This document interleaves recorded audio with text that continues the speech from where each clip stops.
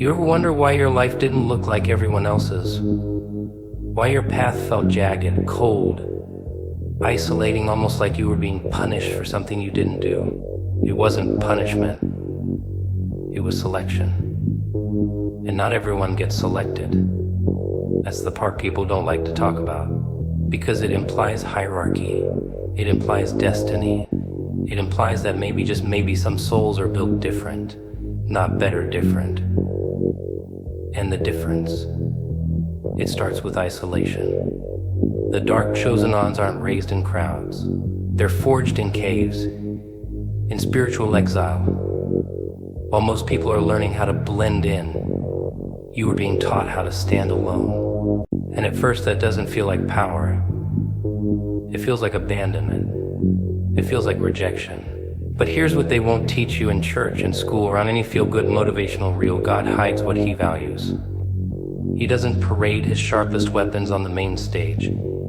He tucks them away, sharpens them in secret, tests their endurance in darkness. You think the isolation was a coincidence? No. That was where your real training began. That's where your skin got thicker, your mind got clearer, and your discernment razor sharp. You were being broken down not to be destroyed, but to be rebuilt without the fluff, without the distractions, without the social sedation that keeps most people docile and numb. See, the dark chosen ones are not polished. They're raw. They're untamed. And they don't seek the light for validation. They carry it into places where light's been extinct for years. But to do that, you had to first be stripped of everything that made you safe. And the stripping, oh, it hurt. The loneliness, the betrayals, the nights you screamed at the sky asking, why me? Those weren't signs of weakness. They were the cries of a soul being activated. Because you can't teach someone to be fireproof unless you put them in the flames. You can't give someone power unless you first remove their illusions. So God didn't isolate you to shame you. He did it to separate you, to set you apart, to detox your spirit from the noise of the world so he could whisper something different into your bones. Something the average mind will never understand. You weren't built for acceptance. You were built for disruption. And disruption requires discipline, clarity, a level of inner strength that isn't just spiritual, it's surgical. You had to learn how to navigate without applause, how to trust without visibility, how to endure without rescue. And while others were building their identity on mics and applause, you were learning how to build yours in silence, unseen, unpraised, but unshakable. Here's the hard truth: people fear what they don't understand. And you don't fit their boxes. You're too intense, too quiet, too honest, too much, because you weren't made for the comfort zones they worship. You were made to invade them, tear down the illusions, reconstruct something true. And to do that, you had to first learn what truth sounds like alone. Now you understand why you were never the popular one, why you were always different, why people couldn't quite figure you out. It's because you were never supposed to be obvious. You were meant to be dangerous to the fake, to the shallow, to the system. But before you could be dangerous to the world, you had to survive being dangerous to yourself. And that's the hardest battle of all, facing your own shadows in the silence without running. And if you're hearing this now, and it feels like I'm describing your whole life in slow motion, it's because you were one of them. A dark chosen one. Not because you chose the label, but because your life lived the criteria. Your scars are the proof. Your solitude is the evidence. And your resilience, that's the signature. So don't let the loneliness fool you. Don't let the world convince you you've been forgotten. You've been set apart. Not everyone will understand. Not everyone's supposed to. Because what you carry, it's not just rare. It's rebellious against everything fake, weak, and soulless. Most people don't want the truth. They want comfort. They want reinforcement for the lies they've swallowed since childhood, the ones that say, fit in and you'll be safe, stay quiet and you'll be accepted, don't question the system, just play your part. But you were never able to play that game for long, were you? You saw through it early. You noticed the contradictions, you picked up on the hypocrisy. You realize people weren't being honest, not with each other, and definitely not with themselves. And once you see it, you can't unsee it. That's the curse and the calling of the dark chosen ones. You see through the illusions and you still choose to stand in them without letting them consume you. Now let me be clear, seeing the truth doesn't make you special. It makes you responsible. Because most people can't see it or won't. They look at the world through a lens that's been polished by fear, trauma, and propaganda. And every time you try to shake them awake, they flinch not because you're wrong, but because you're threatening the fantasy they've built their life around. You've been there, haven't you? You say something honest and the room gets quiet. You challenge the narrative and people get defensive. You're not even being cruel, you're just being clear. But clarity is dangerous in a foggy world. And here's the twisted irony. The moment you stop lying, you become the villain in other people's stories. Not because you did anything wrong, but because you exposed what they were trying to hide. So now you're stuck in this space between worlds. You can't go back to being blind, but moving forward means walking a lonely path. That's where the test begins. The temptation isn't to go dark, it's to go silent. To shut up and sit down. To blend in, to be digestible.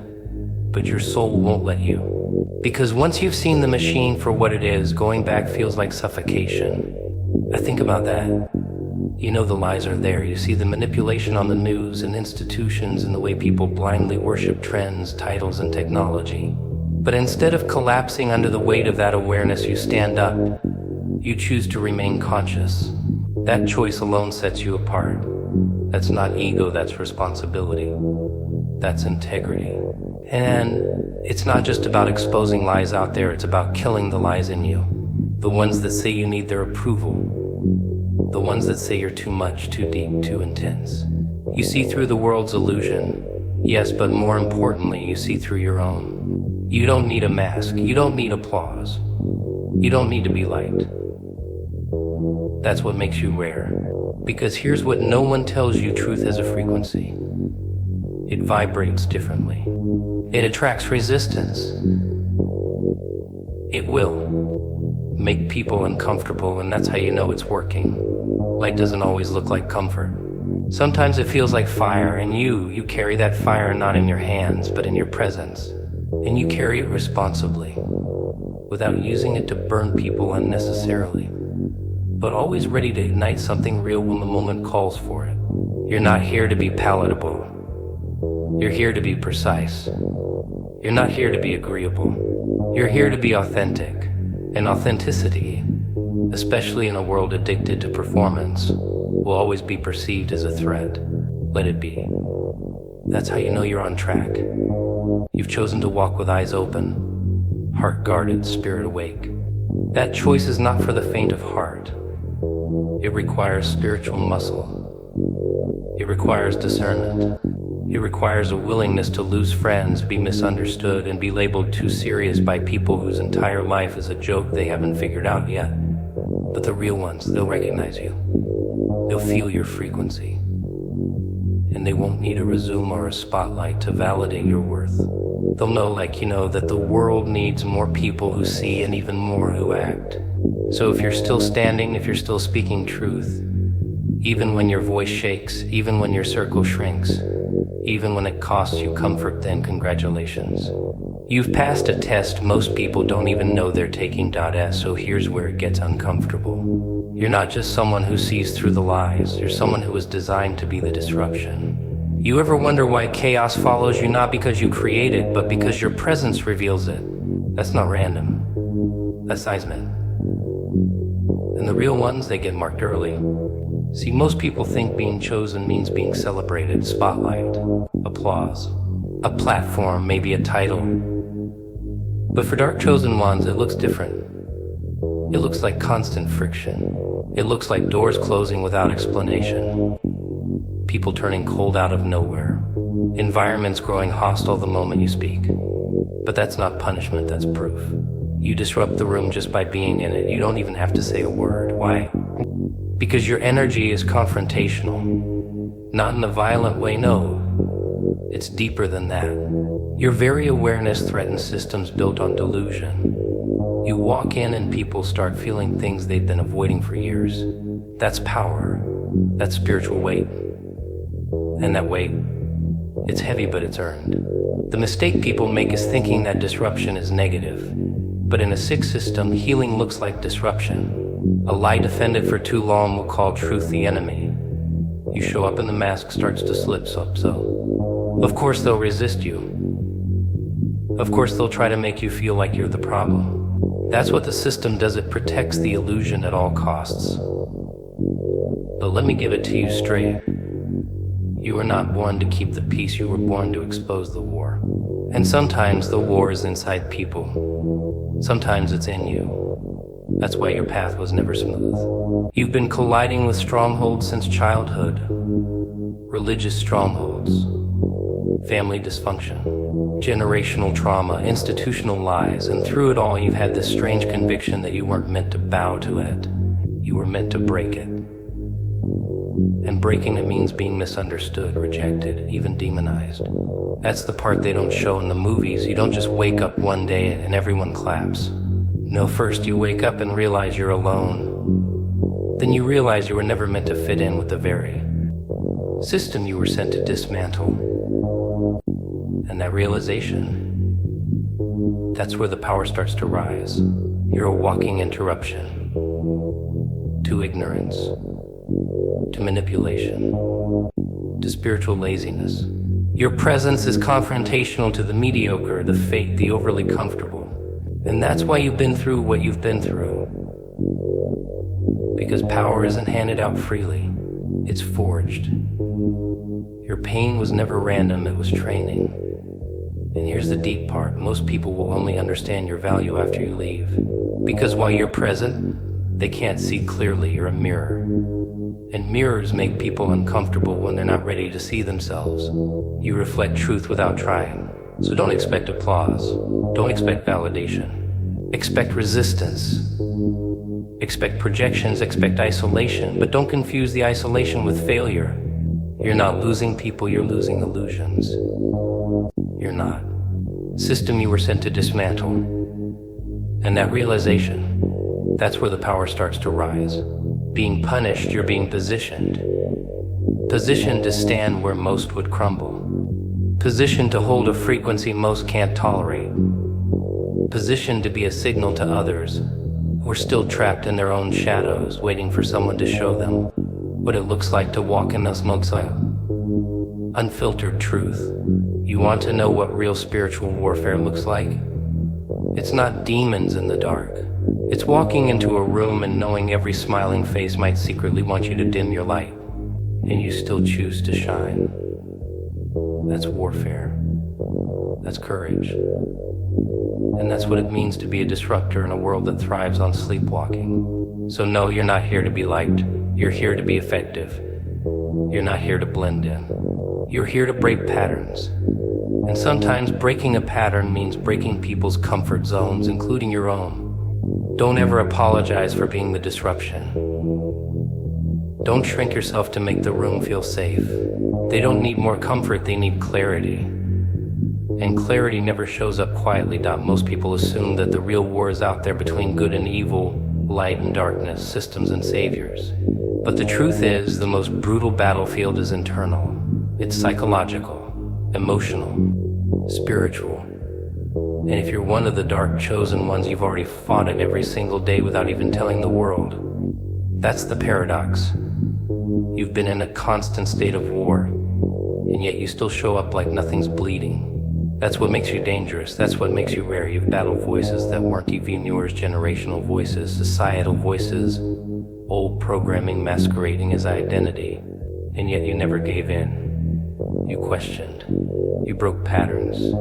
You chose solitude over fake alignment. You chose truth over tribalism. That takes a rare kind of strength, one that's invisible to the untrained eye. Because the world doesn't reward the internal warrior.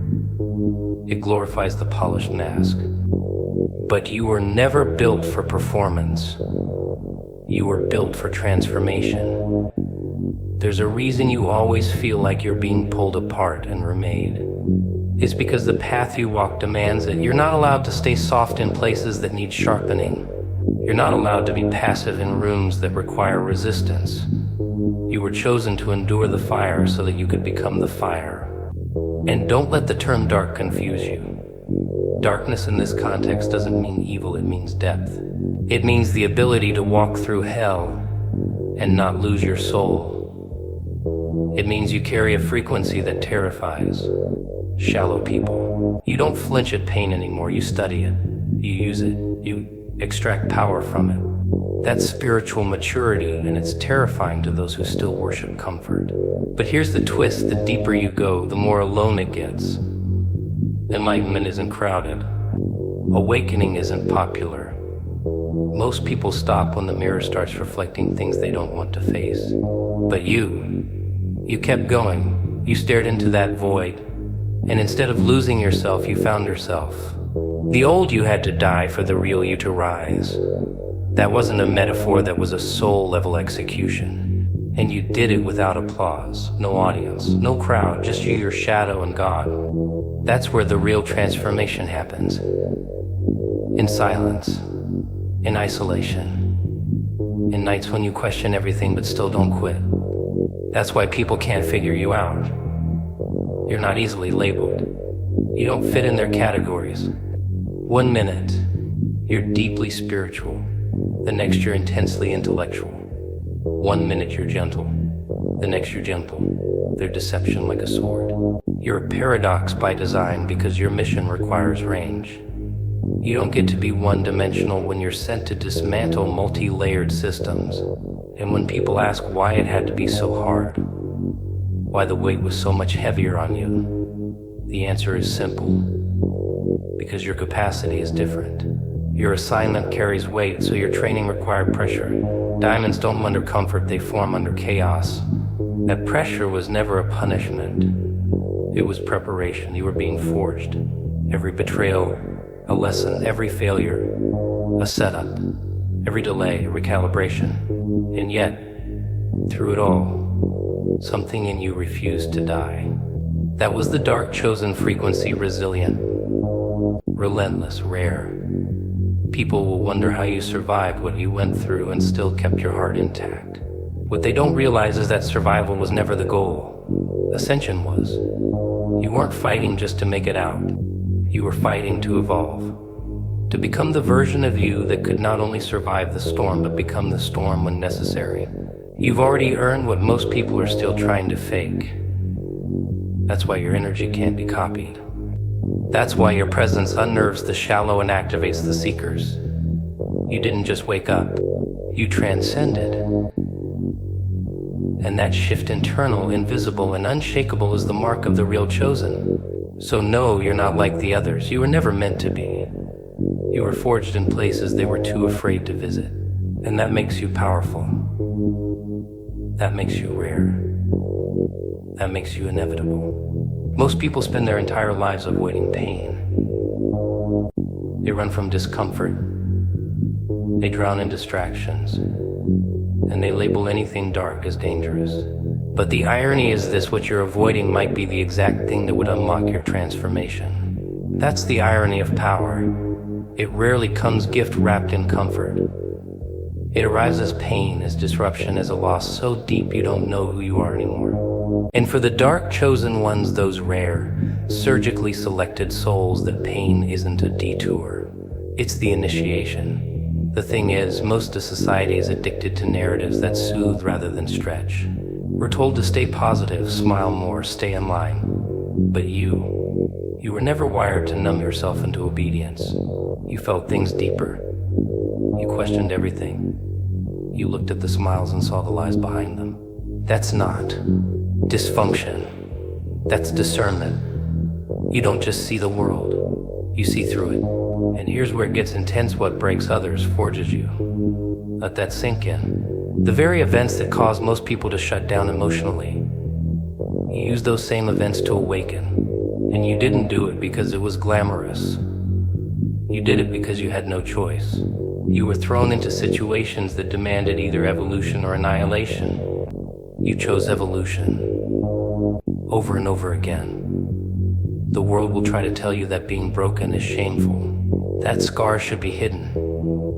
That trauma makes you damaged. But here's the truth that no one wants to admit. Your scars are data, proof of survival. Every emotional wound you carry is a portal. If you dare to go into it, it will teach you things no book ever could. It will initiate you into levels of clarity, intuition, and strength that the unbroken can't even comprehend. Now, I'm not glorifying suffering. That's not the point. But let's not lie to ourselves. Some of the most powerful awakenings happen when everything falls apart. When your back is against the wall and the fake layers you've been wearing melt away. That's when the real you emerges. And that real you, it's terrifyingly powerful. You stopped asking, why is this happening to me? And started asking, what is this awakening in me? That shift alone marks the difference between someone trapped in victimhood and someone stepping into divine responsibility. You became accountable for your evolution, even when you didn't cause the initial wound. That's rare. That's powerful. That's spiritual maturity. But here's the part most people miss. When you start turning pain into power, you don't just heal. You amplify. Your presence starts hitting different. Your energy becomes dense with wisdom. People feel something when you enter the room, and they can't explain it. That's because you're no longer operating from the surface. You've been to the bottom. You've sat with your demons. You've met the parts of you others are still denying. And instead of destroying you, that encounter activated your divine purpose. Pain made you precise. You don't waste time anymore. You don't tolerate noise. You don't chase validation. You know what it costs to become who you are now. And that kind of inner authority can't be bought, faked, or mimicked. It's forged in fire. It's grown in shadows. It's shaped by every silent night you thought you wouldn't make it but did. Most people only show up as their best selves. You show up as your truest self. That's a whole different game. You're not here to impress, you're here to awaken. And sometimes your mere existence does that.